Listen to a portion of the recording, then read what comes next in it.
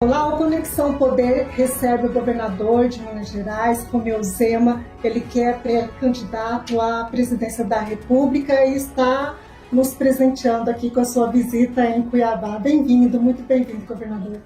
Boa tarde, Márcia. Boa tarde, Ana. É um grande prazer estar aqui em Cuiabá mais uma vez e estar aqui ao lado de vocês.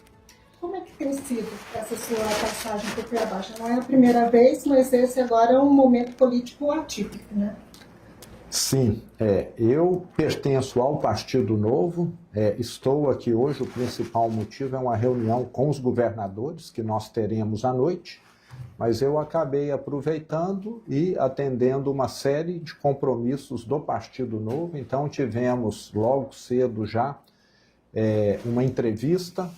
Depois tive uma reunião com pastores das igrejas que o partido convocou, depois uma reunião com empresários, com correligionários do partido e agora estou aqui com vocês. E ainda vou ter amanhã cedo mais alguma coisa. Me parece que teremos, já está quase que confirmado, uma reunião na Federação das Indústrias do Estado do Mato Grosso, que é a FIENT. Gente, Exato, deverei estar lá, coincidiu deles terem uma reunião exatamente nessa data em que eu estarei aqui.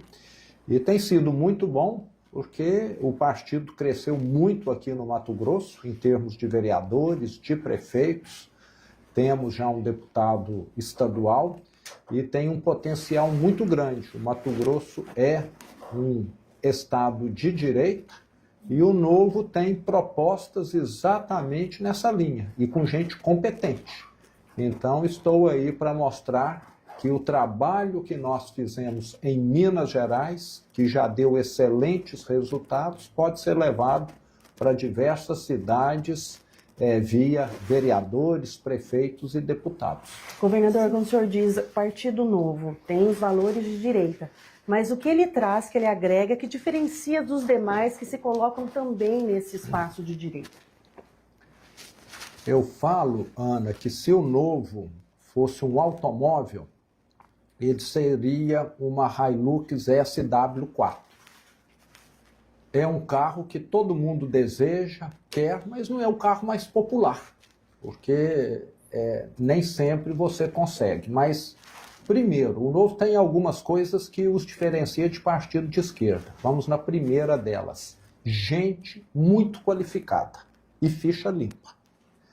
Eu tenho, lá no governo de Minas, o menor secretariado de todos os estados do Brasil. São 14 secretarias. E olhe que Minas Gerais é o segundo estado mais populoso. Nós temos prefeituras no Brasil e são muitas que têm mais de 14 secretariados. E geralmente secretarias acabam sendo para poder dar cargos. E todos os meus secretários passaram por um processo seletivo. Eu não conhecia nenhum há 7 anos atrás, quando eu fui eleito. Se o Brasil quer ganhar a Copa do Mundo, o Brasil vai levar craques ou parentada e companheirada? Eu acho que deu para entender aí, não é? Faz sentido. Então, um dos pontos é esse: ficha limpa, gente competente. Segundo, transparência total. Minas Gerais, quando eu assumi, no quesito transparência pública, era o 22º lugar. Hoje é o primeiro, junto com o Espírito Santo. Tudo que eu gasto, que envolve recurso do Estado, um voo que seja, que eu usei uma aeronave do Estado, o mês que vem está no portal da transparência. Para onde eu fui, o que eu fui fazer e quem foi comigo. Por que lá em Brasília fica 100 anos sob sigilo? Para os nossos bisnetos, tataranetos. Então, é porque não pode mostrar. Quem faz o certo pode. Então, nós batemos muito nessa questão da transparência. Empresa de capital aberto, que não é um ente público, é obrigado a mostrar os dados. Por que o ente público, um governo federal, que é sustentado pelos 210 milhões de brasileiros, não pode mostrar? Tem algo aí esquisito. Então, o partido tem essa questão da transparência, de gente competência, e outra bandeira que nós temos: um combate ferrenho a privilégios, a favores e a corrupção. Tem um governo que não teve nenhum escândalo. Tem gente que, de vez em quando, faz algo errado e é demitido, como em todo lugar. 300 mil funcionários públicos, sempre vai ter alguém fazendo algo errado, mas punição exemplar. E eu, como governador do estado, faço questão de dar o exemplo. Todo governador de Minas, até eu ser eleito, viviam como imperador de Minas, num palácio, com 32 empregadas, garçons, mordomos, governantas, cozinheiras, não sei mais o quê. Eu moro na casa que eu pago o aluguel, já que eu sou do interior, tive de mudar para Belo Horizonte. Em vez de 32 empregadas, tem uma empregada que eu pago. Em vez de ir e voltar de helicóptero, como o governador do PT fazia, a minha casa é próxima do local de trabalho, eu vou e volto de carro. Só isso aí dá uns 5 milhões por ano. E exijo mesmo de quem trabalha comigo. E como governador do estado, eu continuo vivendo do mesmo jeito, vestindo as mesmas roupas, comendo a mesma comida, com o mesmo estilo de vida. E antes, quem era governador saía da Peble para ser imperador de Minas Gerais. E comigo, continuo o mesmo. Então, são valores que o Novo preza. Nós gostamos de responsabilidade, de prestar contas, de gente competente. Sei que a direita tem muita coisa a ver conosco, mas às vezes não vai nessa linha. Quer distribuir um cargo, quer fazer um favor. Então, nós somos uma direita que vai bem alinhada com essas propostas. O senhor foi do PL? Fui quando eu era jovem, porque um primo meu foi candidato e pediu para me filiar, mas nunca exerci. A minha participação política, até eu ser candidato em Minas Gerais, era negativa, não era nem nula, porque na empresa que eu administrava, Ana, eu proibia político de entrar.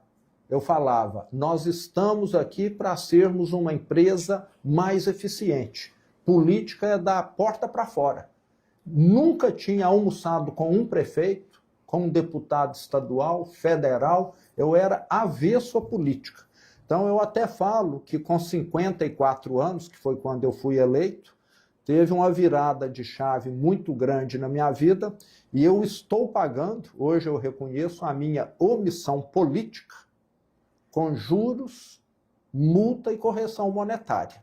Porque hoje eu estou totalmente dedicado à vida pública, mas a minha vida pregressa, eu tinha esse total afastamento. Sei que é errado, mas era a visão ingênua que eu tinha. Eu estou ralando aqui no setor privado, com certeza tem gente ralando lá no setor público. E sabe o que foi que fez a ficha cair? A recessão que nós tivemos em 2015 e 2016. Naqueles 2 anos, o Brasil foi o único país do mundo que engatou marcha ré. Presidente Dilma, nessa ocasião? Oi? Foi a Dilma presidente nessa ocasião? Foi na ocasião lá do impeachment, né? Naqueles 2 anos, o Brasil teve a maior recessão da história, provocada pelo PT, pelo impeachment, pelo petrolão, mensalão, mala de dinheiro, passadina e não sei mais o quê. E eu que sempre contratei, sempre fiz a empresa crescer, nesses 2 anos eu tive de reduzir o quadro da empresa em 2.500 funcionários. Aí é que a ficha começou a cair. Eu comecei a enxergar que não adianta você estudar muito, não adianta você ser competente, não adianta você ter uma boa empresa num país que está sendo mal governado, que está afundando. O que vale um bom profissional, uma boa empresa, num país igual a Venezuela? Nada. Ninguém quer ir para lá, quem está lá está querendo ir embora. Então aí é que eu comecei a ver, e foi essa indignação, esse inconformismo que me fez querer entrar na vida pública, porque logo depois eu recebi, coincidentemente, o convite do Partido Novo. Uhum. Aproveitando aí esse gancho da direita, a gente está vivendo agora esse momento político que tivemos aí recentemente, a prisão do ex-presidente Jair Bolsonaro. e o senhor participa de um evento aqui em Mato Grosso com a presença de outros governadores de direita também, e acredito que seja até o primeiro encontro de vocês depois desse acontecimento, né? Sim. Com certeza vão aproveitar para discutir aí algumas estratégias políticas da direita. Qual que tem sido a principal preocupação agora do grupo? Bom, Márcia, primeiro eu lamento muito essa perseguição política, né, que Bolsonaro e outros da direita estão tendo no Brasil. Em qualquer lugar do mundo, aquela ocorrência do dia 8 de janeiro de 2023 seria considerada ato de vandalismo, de depredação, que foi o que aconteceu. Não havia forças armadas ali, não tinha nenhum movimento armado, não houve mortes, não houve nada que caracteriza em todos os países do mundo uma tentativa de golpe. Só que a nossa esquerda, né, sempre malandra, sempre fazendo uso de artifícios, falou, é um atentado antidemocrático, é uma tentativa de golpe de Estado e não sei o quê.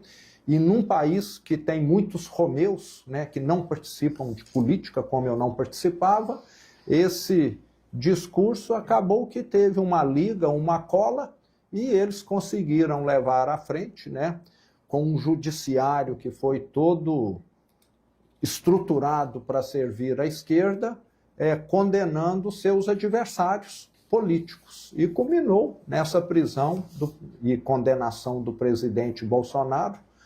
Mas eu continuo confiante que em 2026 nós teremos essa página virada e um novo presidente de direita dará o indulto, dará a anistia a essas pessoas que estão sendo, na minha opinião, totalmente injustiçadas. E um detalhe, Márcia e Ana, lá na década de 60, 70, nós tivemos pessoas da esquerda que assassinaram, que sequestraram, que assaltaram bancos, foram anistiadas, recebem valores do governo federal, porque cometeram atrocidades. Agora estão pegando pessoas que não dispararam um tiro, não fizeram nada e condenando, para você ver como são dois pesos e duas medidas completamente distintas. Só para a gente completar essa questão da prisão do ex-presidente Bolsonaro,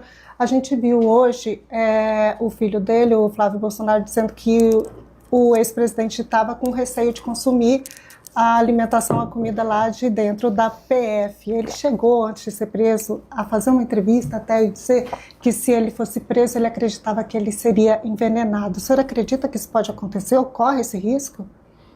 Eu acredito que sim, não tira a razão. E lembrando que o presidente tem uma saúde fragilizada devido à facada que ele teve, né? Precisa de uma alimentação que não é uma alimentação normal, né? Que todos nós comemos, porque o sistema digestivo dele não funciona normalmente.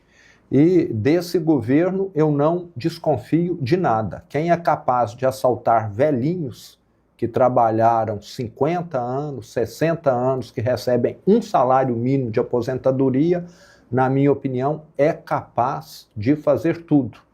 Tem lá um ex-prefeito ou prefeito lá da região do ABC, que perdeu a vida também há algum tempo, parece que está tudo dentro desse contexto, né? E nós temos de lembrar que todos os regimes comunistas que já existiram na Terra foram os que cometeram as maiores atrocidades. E é a linha desse pessoal que está lá em Brasília. Governador, alguns parlamentares, né, políticos próximos ao ex-presidente Bolsonaro, por várias vezes nos relataram em entrevistas que ele estaria muito em sofrimento também pela deslealdade, porque ele tem percebido que nem todos os aliados são de fato aliados. Nessa situação em que ele hoje está preso, diante de toda a angústia que ele vem sentindo, até mesmo quando ele disse que manuseou a tornozeleira porque estaria tendo alucinação por conta do remédio da angústia.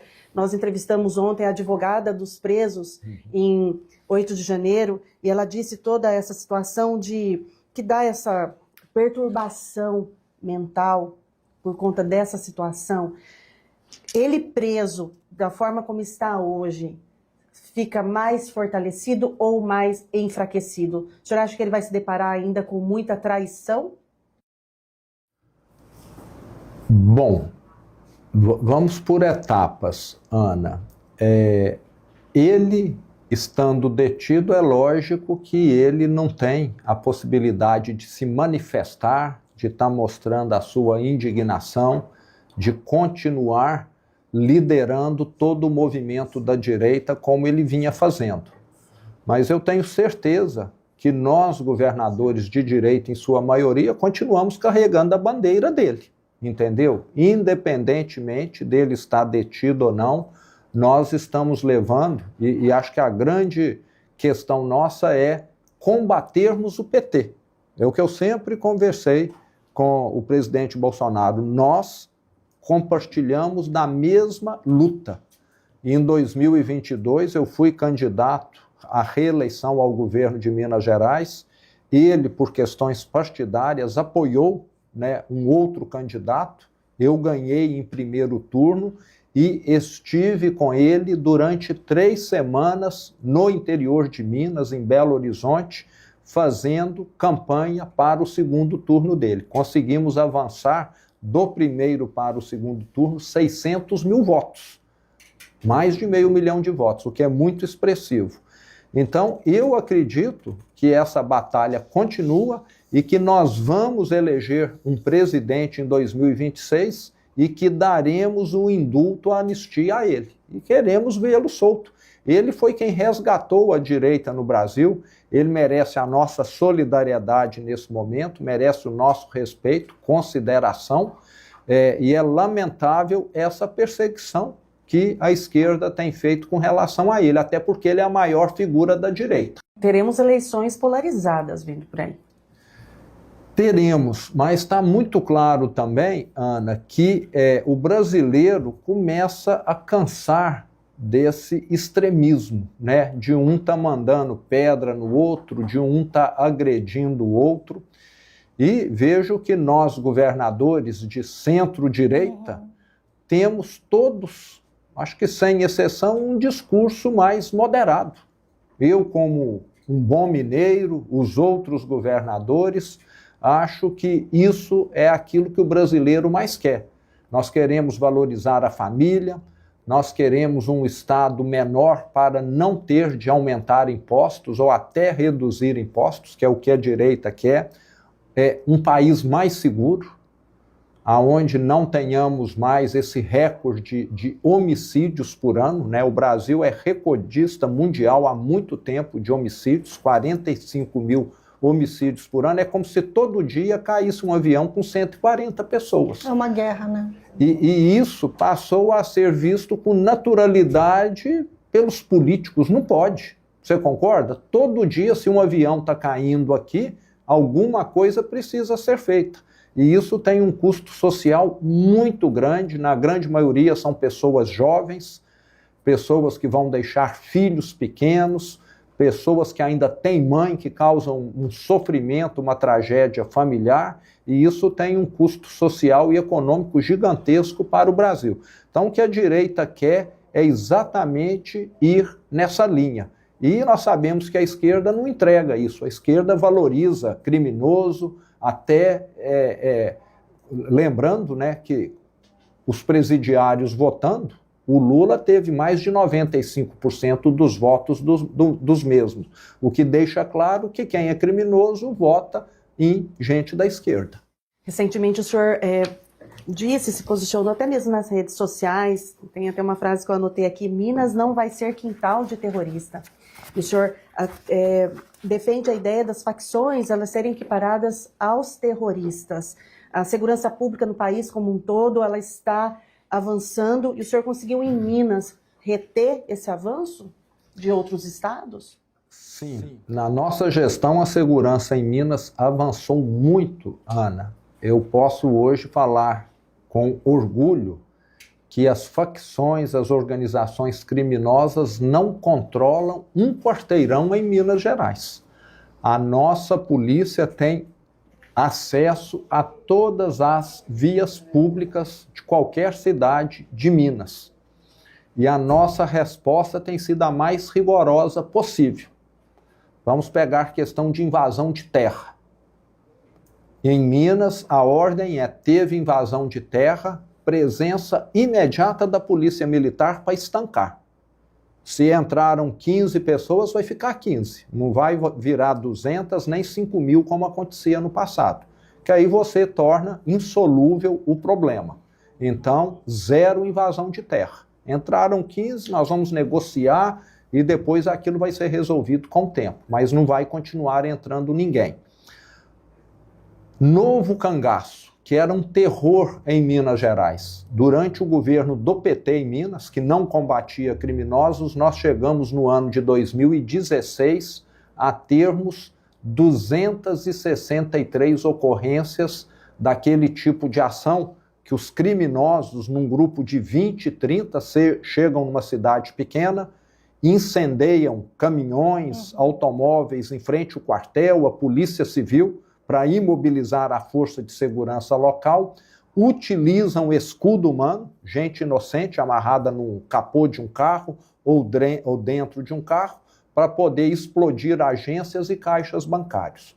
Numa cidade de 5.000, 10.000, 20.000 habitantes, espalham o terror e fazem o que bem entendem, durante 1 hora, 2 horas ali espalhando o terror. Em 2021, a nossa Polícia Militar, juntamente com a Polícia Rodoviária Federal, detectou movimentos de suspeitos lá no sul de Minas, em Varginha. 28 criminosos alugaram uma fazenda, estavam lá todos muito bem armados, estruturados, com bombas, etc., para poder fazer essas ações nas cidades no entorno ali. Foram detectados, a polícia chegou na fazenda, foi recebida a tiros. Resultado, 28 mortos por parte dos bandidos. Depois disso, teve um declínio muito acentuado. Então, criminalidade você combate com medidas assim. Não é mandando recado, não é mandando flores, como o nosso presidente julga. Você combate quem te recebe a bala com bala. Agora, se estiver disposto a se entregar, que se entregue, como aconteceu lá no Rio de Janeiro. Essas ocorrências do Novo Cangaço, que foram 263 em 2016, sabe quantas nós tivemos o ano passado em Minas? 1.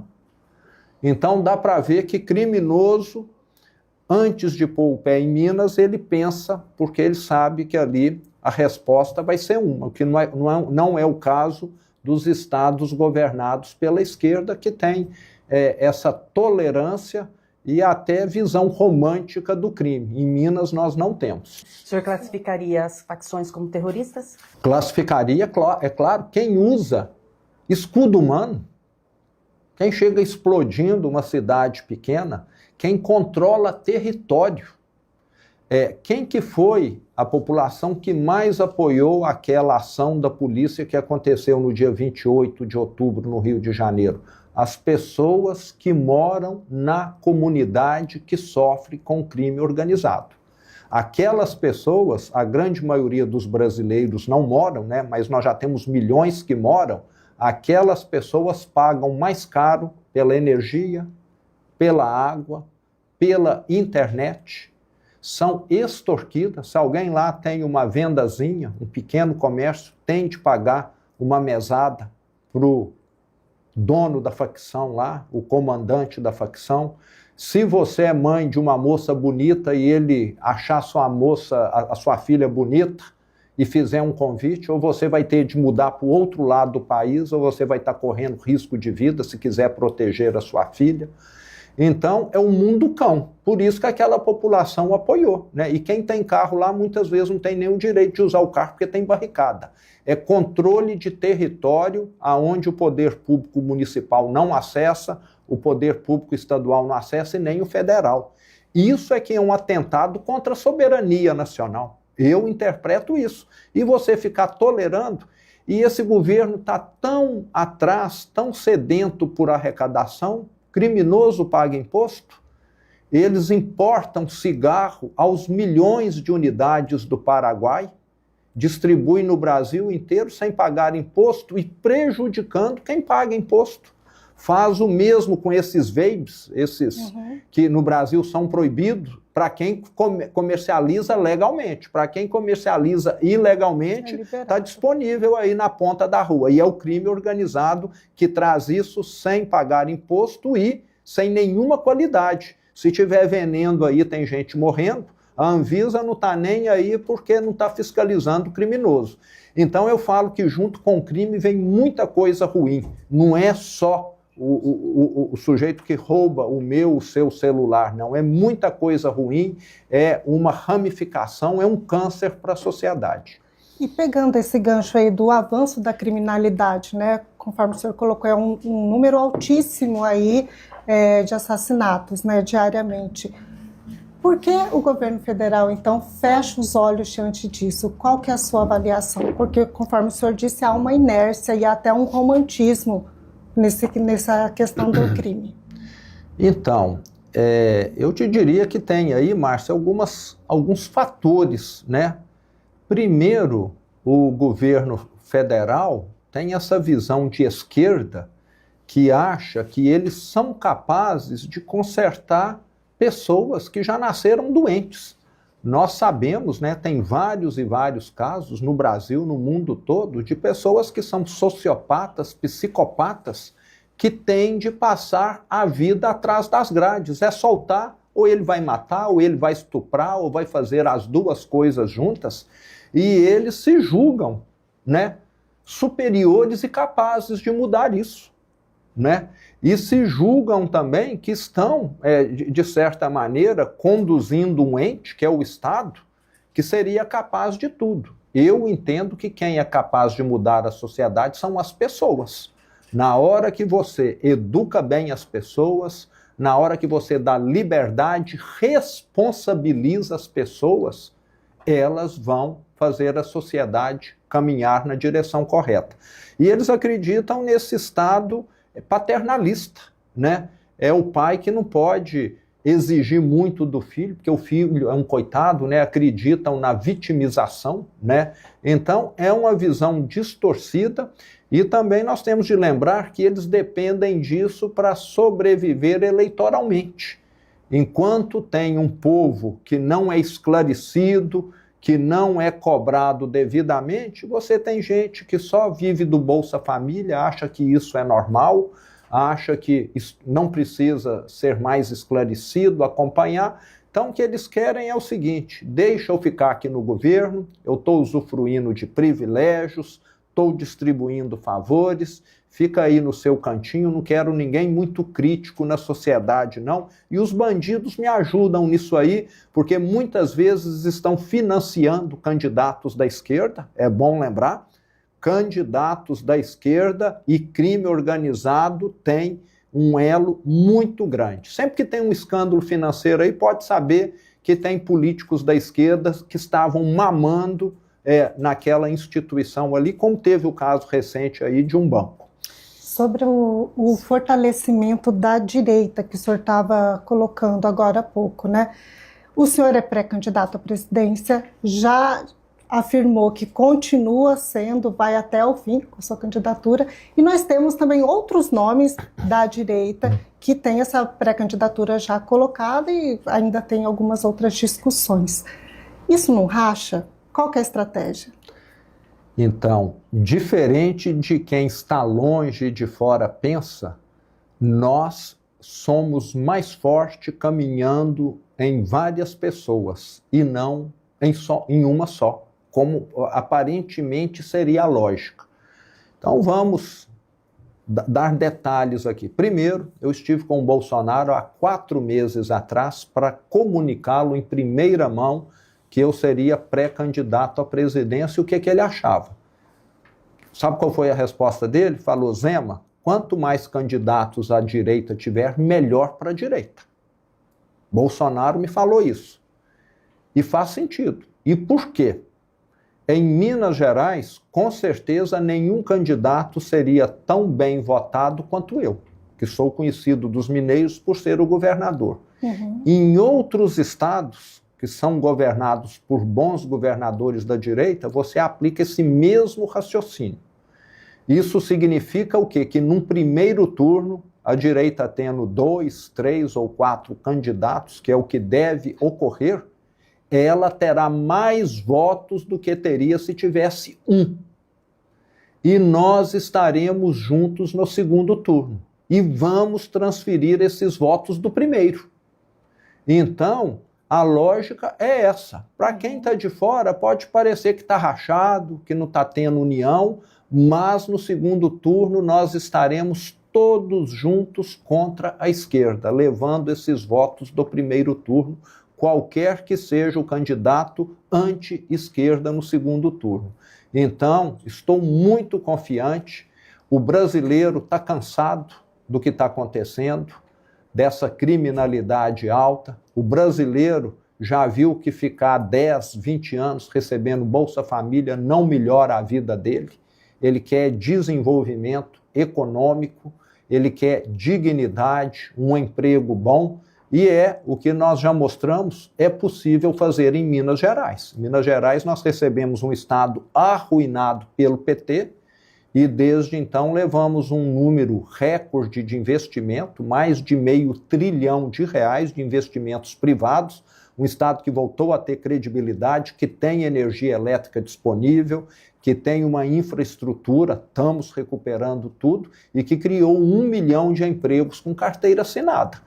Isso é mais do que muitos países do mundo. Em Minas nós mostramos e o mineiro aprovou. E se o mineiro aprovou, o brasileiro apoia, porque Minas é uma amostra quase que perfeita do Brasil. Uma parte do Centro-Oeste está lá, uma parte de São Paulo, do Rio e do Nordeste também.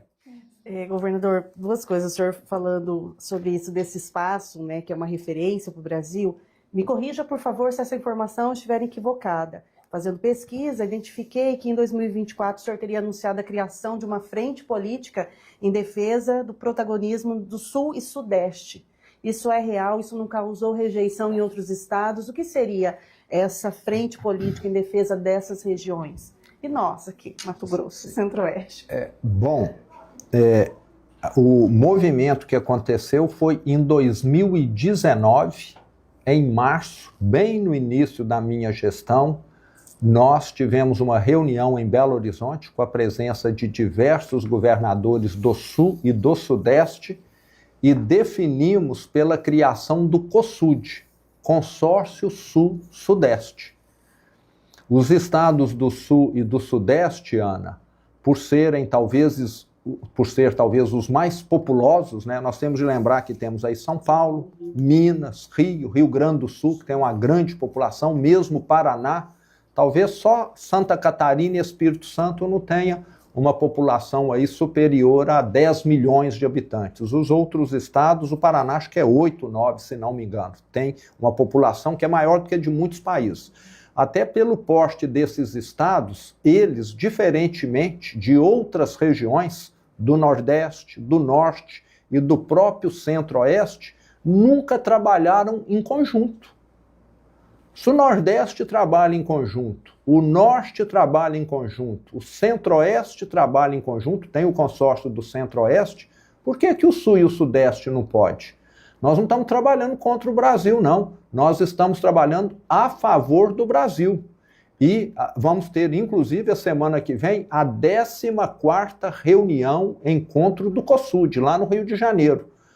Nesses 7 anos, fizemos 14 reuniões, com a presença de todos os governadores, secretariados, e isso tem sido muito benéfico, porque na questão da segurança pública nós tivemos um avanço muito grande nesses estados. As nossas polícias conversam muito entre si. Nós temos muitas operações em conjunto, Minas Gerais com São Paulo, Minas Gerais com Goiás, apesar de não ser do COSUD, temos operação em conjunto. Nós estreitamos esse relacionamento, as nossas fiscalizações têm feito também operações em conjunto.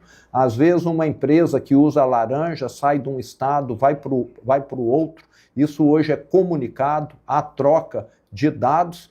Então, essa união tem beneficiado esses estados e, consequentemente, o Brasil.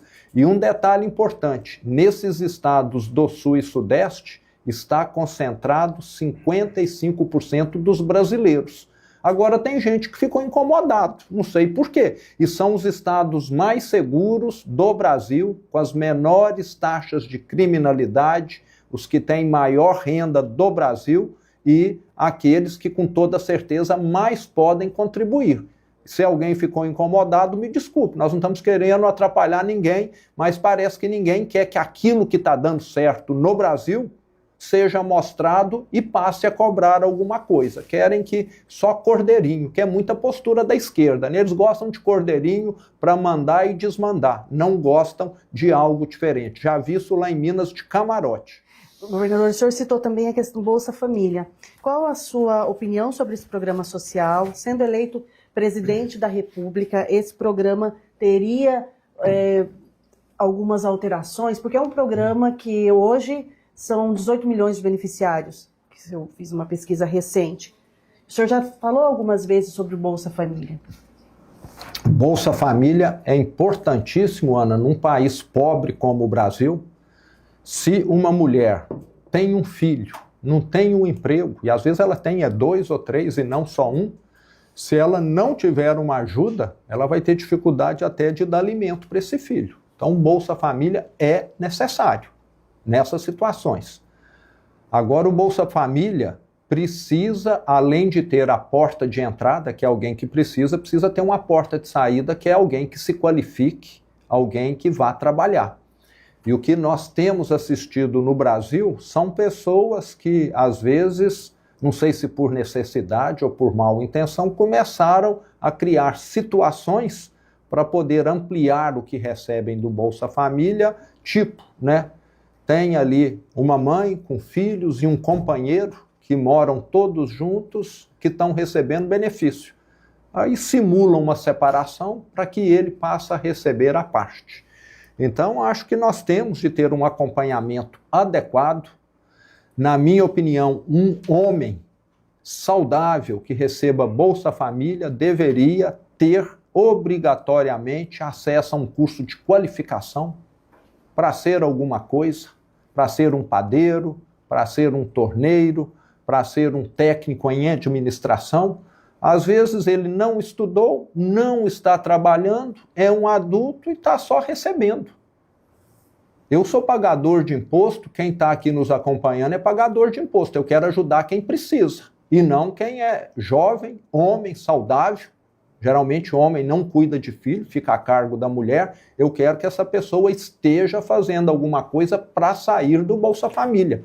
E já até falei que sou favorável à empresa que concede emprego, que treine uma pessoa que está no Bolsa Família, que durante 1 ano, 2 anos, aquele cargo que ela deu, aquele trabalho que ela deu para quem saiu do Bolsa Família, fique sem encargos sociais.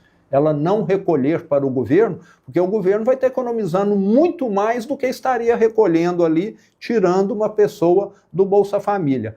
Então, o Brasil, nesses últimos anos, se transformou num país extremamente paternalista, dando Bolsa Família para quem precisa, mas não tendo uma porta de saída. Eu tenho certeza que pode ter reclamação no início, mas depois as pessoas vão falar, não, certo é isso aqui mesmo. Se eu estou recebendo, eu vou frequentar esse curso aqui, porque ao longo aqui de 6 meses, de 1 ano, não sei quanto, eu vou me qualificar e ter condição. Hoje nós enfrentamos um problema que não é só de Minas, é do Brasil, Ana, que é o quê? As empresas terem vagas em aberto e as pessoas não quererem trabalhar ou não terem a qualificação, um dos dois. Então nós temos de sanar esse problema. Qual país que vai dar um salto de desenvolvimento tendo gente recebendo auxílio do Estado desde os 18 anos até os 80? Que país que é esse? Nós temos de dar um jeito dessas pessoas passarem até ter uma vida melhor, porque ninguém que recebe Bolsa Família vive bem. Nós sabemos disso. Então, é preciso criar mecanismos de saída desse auxílio. Isso é que eu sou favorável, sem deixar de lado o atendimento a quem precisa. Governador, só concluindo essa questão dos candidatos, eu queria voltar um pouquinho ali. O senhor comentou com a gente que os governadores de direita têm tido um discurso bastante alinhado, um discurso que não é extremista, né, mais ou menos o mesmo padrão ali, vocês vêm seguindo. Temos o seu nome como pré-candidato, temos outros nomes também aí da direita, e o governador Mauro Mendes faz parte também desse grupo de governadores aí de centro-direita. Ele tem colocado o seu nome aí para... Bom, a gente tem especulado que ele sai candidato ao Senado, mas o senhor acha que ele seria um bom nome também para compor esse grupo da direita na disputa à presidência? Já que o senhor disse, em Minas, ninguém vai ter mais voto do que eu, né? E aqui ele tem a maioria das intenções de voto. O Mauro é uma pessoa que eu admiro, foi eleito junto comigo em 2018, só que eu acho que ele já tinha uma experiência política prévia, né? Foi prefeito de Cuiabá, já tinha mostrado, e talvez até por isso foi eleito governador, diferente de mim, que foi a minha primeira eleição, nunca tinha tido contato com o setor público. Nesses 7 anos que eu sou governador ao lado dele, só vi pontos positivos. O nosso alinhamento é muito grande e ele seria um ótimo nome, com toda certeza. Ele nunca me confidenciou nada que ele pretende fazer a respeito de 2026, mas ele seria um ótimo nome, o Brasil estaria em ótimas mãos e espero que ele faça a melhor escolha para o Mato Grosso e para o Brasil. Se ele for para o segundo turno, já te falo que ele tem meu apoio. E hoje vocês têm esse alinhamento político no qual o governador Mauro Mendes vai participar também, né? O senhor acha que podem sair aí novos nomes agora, com esse advento aí da prisão do Bolsonaro? Pode vir mais novos nomes agora? Então, o que nós temos hoje são alguns nomes sendo cogitados, mas nós temos, Márcia, de fazer aqui um lembrete, né, uma ressalva, que é o seguinte: nós temos uma data limite para definir quem será candidato a quê, que me parece é 90 dias antes da eleição. Se a eleição é dia 4 de outubro, seria dia 4 de julho. E a posição desses pré-candidatos na véspera do dia 4 de julho é que vão sinalizar se alguém vai querer disputar a presidência, se vai querer ir para o Senado ou vai querer outra coisa. Tem chão ainda. Tem muito chão. Então, qualquer definição agora seria prematura. No meu caso, está definido que eu irei até o final, até porque eu sou um candidato meio diferente, né?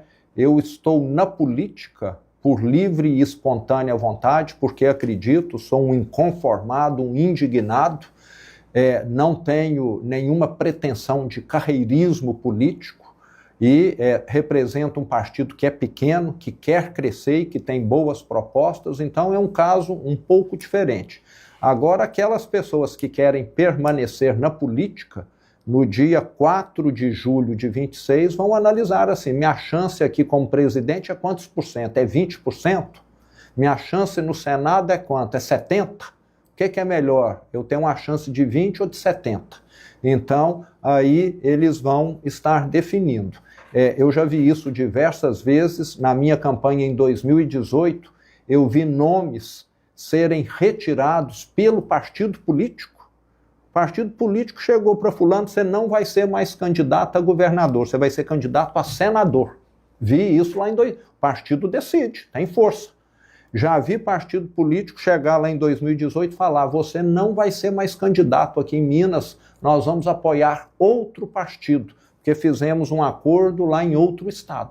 Tiraram o nome lá que ia disputar comigo. Então tem essas questões partidárias também que se sobrepõem a questões de caráter pessoal. Então vai ter muita mexida no tabuleiro até lá, e o que eu falo é o seguinte, é ter paciência. Qualquer tentativa de prever o cenário agora é nós querermos prever se no dia 4 de outubro de 26 vai chover ou fazer sol, se vai estar quente ou mais frio, e por aí vai. Então é infrutífero tem de esperar o momento certo. Governador, na sua opinião, qual o principal desafio para o gestor do Brasil? E o senhor citou também muitos pontos positivos de Minas, mas qual o principal desafio que o senhor tem no Estado? Então, como o senhor avalia Brasil e Minas, seus principais desafios para seus gestores? Eu diria que temos um problema semelhante. Apesar da população muitas vezes não perceber, Ana, isso tem reflexo em tudo. Tem reflexo na saúde, na segurança, na educação, na infraestrutura, que é a questão de equilíbrio fiscal. Tem uma frase do Paulo Hartung, que eu admiro muito, ex-governador do Espírito Santo, que é a seguinte: quem toma conta das contas, toma conta do povo. E a mais pura verdade, um pai de família que tem as contas controladas, na hora que o filho precisa do medicamento, ele compra. Um pai de família que tem as contas controladas, na hora que o filho precisa de qualquer coisa referente à educação, ele consegue arcar. Quem só tem dívida, não controla nada, vai deixar a família na mão. E com um prefeito, com um governador e com um presidente, a mesma coisa. E eu que recebi um estado arruinado pelo PT, sei muito bem. Sou governador há 7 anos. Até hoje, Ana, eu estou pagando parcelamento de dívida que o PT fez. Uma delas com o Tribunal de Justiça de Minas Gerais, que ele foi lá e sacou os depósitos judiciais, e outra que eu ainda estou pagando é com os 853 municípios de Minas. Porque o PT foi muito justo, parece que ele não é justo, mas em alguns momentos ele é. Ele conseguiu assaltar igualmente os 853 municípios de Minas Gerais, do menor até a capital Belo Horizonte, assaltou todos. E até hoje, todo mês, eu mando 100 milhões de reais a mais por mês, não sei, o valor é aproximadamente esse, mensalmente, para os municípios, que foi o assalto da saúde. Os outros assaltos eu já devolvi, o assalto do ICMS, do IPVA. Recursos. O município tem obrigação por lei, igual um assalariado, de receber os repasses do governo do Estado. O governo do PT não fez. Tanto é que lá em Minas, em 2018, isso acho que não foi muito divulgado no Brasil, nós tivemos prefeitos que adoeceram, que renunciaram e que suicidaram em Minas, e não foram poucos não. Porque fazer a gestão de uma cidade sem receber esse dinheiro é impossível. É igual um pai de família, você fala, a partir de agora eu vou te pagar só metade do seu salário e você se vire. Ele não vai dar conta de se virar. Ele tem aluguel, ele tem prestação, ele tem escola para pagar, tratamento médico que às vezes alguém está fazendo. Foi o que aconteceu lá em Minas. Então, eu falo que o grande desafio do Brasil é equilibrar as contas. Na hora que tiver um governo que equilibre as contas, esse governo vai poder melhorar as estradas, vai poder melhorar a saúde, melhorar a educação e melhorar a segurança pública. Sem equilibrar as contas, não tem como fazer isso. A privatização da Companhia de Saneamento de Minas é uma alternativa? Eu faço essa pergunta porque em Mato Grosso os municípios também se uniram em consórcio para lidar com a questão da água, do abastecimento, captação, distribuição. O município aqui vizinho, Várzea Grande, também sofre com essa questão e está caminhando para concessão. Cada um por seus motivos. E Minas é um estado populoso que tem caminhado pela privatização. O que motivou, governador? Ana, nós temos de lembrar o seguinte, o setor privado, ele é muito mais ágil e tem uma gestão mais eficiente. Vou te dar aqui um exemplo para provar isso, porque um exemplo às vezes esclarece. Lá em Minas nós temos a rede FEMIG, Hospitais Públicos de Minas Gerais, rede FEMIG. E temos hospitais privados que atendem pelo SUS. Se um hospital privado tem um equipamento de tomógrafo e esse equipamento estraga hoje, eles vão comprar a peça hoje ainda, amanhã esse equipamento está funcionando. Se é no hospital público, nós temos que fazer uma licitação. Talvez daqui a 90 dias esse equipamento volte a funcionar. Porque nós somos engessados. Eu não posso comprar daquele fornecedor porque eu conheço ele, porque eu gosto, porque ele é confiável. Eu vou ter de comprar no menor preço e às vezes vou comprar uma peça que não é a melhor, mas é o que a lei determina. Então, o público é engessado. Isso acontece com a nossa Copasa, que é a Companhia de Saneamento Básico. Ela vai trocar os canos de uma adutora, ela precisa fazer uma licitação. Uma obra que numa empresa privada seria executada em 60 dias, na Copasa vai levar 1 ano. E às vezes não vai ficar bem feita porque a empresa que ganhou não é a que executa melhor, mas é a que deu o melhor preço. Então, é simplesmente impossível você ter eficiência dentro desse contexto. É necessário passar para o privado executar, mas o governo pode bancar. Os melhores hospitais do Brasil são de gerenciamento de gestão privada, atendem pelo SUS, muitos 100%, só atende SUS, mas recebe dinheiro do governo, ou do município, ou do estado, ou do governo federal, porque eles têm essa agilidade, essa eficiência que o público não tem.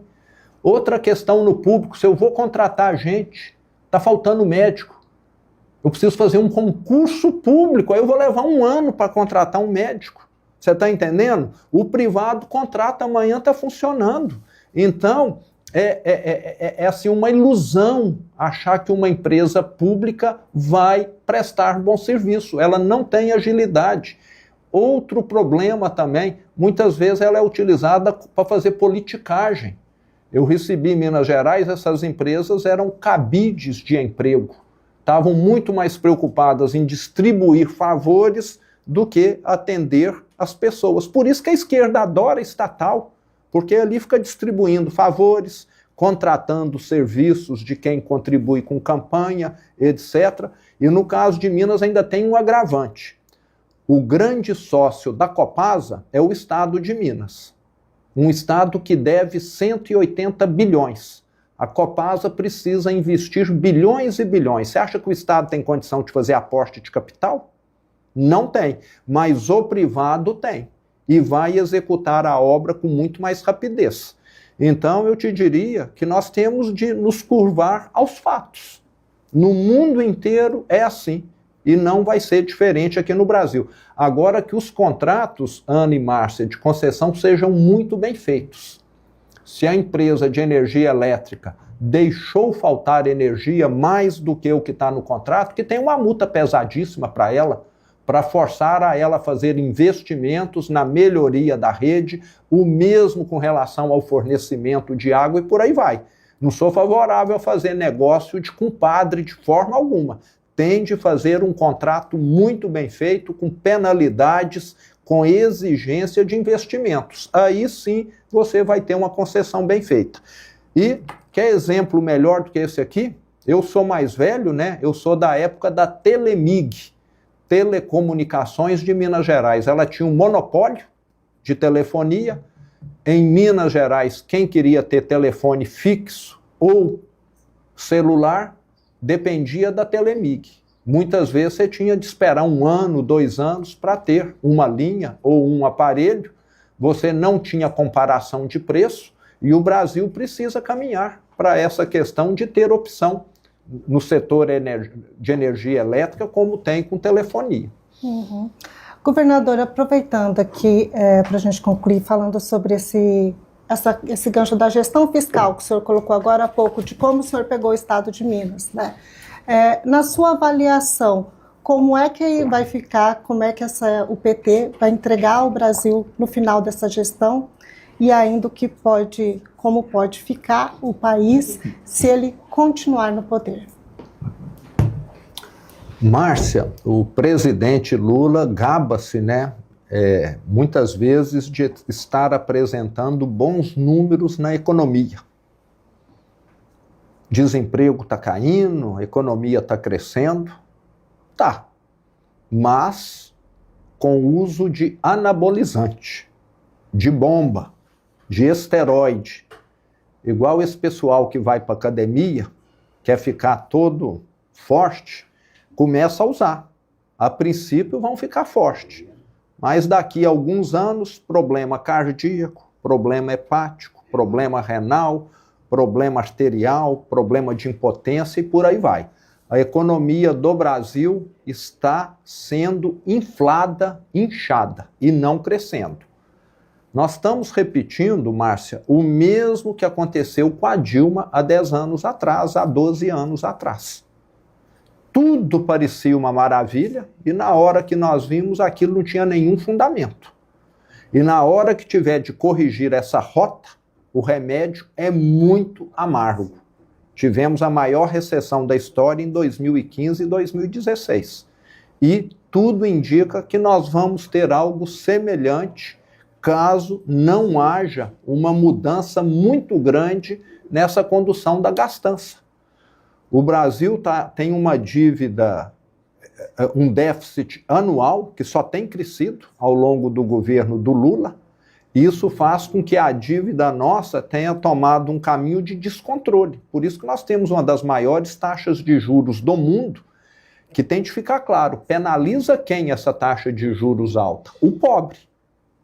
O pobre é que paga a prestação, que financia a moto, o celular, a casa. Ele é que é penalizado. Esse governo fala que dá com uma mão, mas está tirando com a outra mão de quem é pobre. E fala que é o governo que quer tributar os ricos, na verdade está enchendo o bolso dos ricos. Porque quem tem 1 milhão, 10 milhões, 50 milhões aplicado, está rindo até aqui com esse rendimento de Selic a 15% ao ano, que é o mínimo que ele vai estar ganhando aí de remuneração pelo seu dinheiro. E quem está pagando essa conta, como eu falei, são os brasileiros, principalmente os pobres. Então essa situação tem limite. Não dá para isso continuar 1 ano, 2 anos, 3 anos. É igual quem toma esteroide. O problema, o efeito colateral começa a aparecer em determinado ponto. Só não sabemos se vai ser daqui a 4 meses, 8 meses ou 1 ano e meio. Mas que vai aparecer, vai, porque nenhuma economia do mundo, todo economista sério sabe, tem crescimento sustentável como ocorre com o Brasil hoje. É uma bomba que está prestes a explodir, então. Uma bomba relógio. Vai explodir em algum momento. Não tem como dar certo. Chame algum economista aqui e converse com ele sobre isso, que ele vai te responder melhor do que eu. Ana, satisfeita? Ficaria, mas... Ficaríamos mais umas 3 horas aqui, mas, né? dizendo que o nosso tempo chegou ao fim. Governador, um prazer receber o senhor no Conexão Poder, nossa primeira entrevista, que tenhamos outras ainda, várias Certamente, outras, né? Voltarei ao Mato Grosso, não será a última vez de forma alguma. Estarei aí em 2026 levando as minhas propostas, as propostas do Novo, que tem crescido muito aqui no estado, e voltarei. Encontraremos mais. Leve o nosso abraço para Minas Gerais. E fica o presente do Conexão muito Poder. Grato. Leve para Minas Gerais, para o senhor tomar um cafezinho lá. Agradeço Minas, muito. Né? Fica o espaço aberto, caso tenha algum assunto que a gente não tenha colocado. Eu quero dar os parabéns aqui para vocês pelas instalações aqui, por terem mulheres aí tão bem preparadas para estar conduzindo. E fica aqui o meu abraço a todo matogrossense, por ser um estado aí que sempre é um dos que mais cresce no Brasil, né? Na questão da produção agrícola, da economia e da população também. Um estado jovem, um pouco diferente de Minas, que já é um estado mais envelhecido e que tem um potencial gigantesco e que tem aí um ótimo governador à frente, que é o Mauro Mendes. Aonde ele estiver, ele vai estar fazendo bem para o Mato Grosso, tenho certeza. Muito obrigado, um grande abraço para todos que nos acompanharam. Obrigada.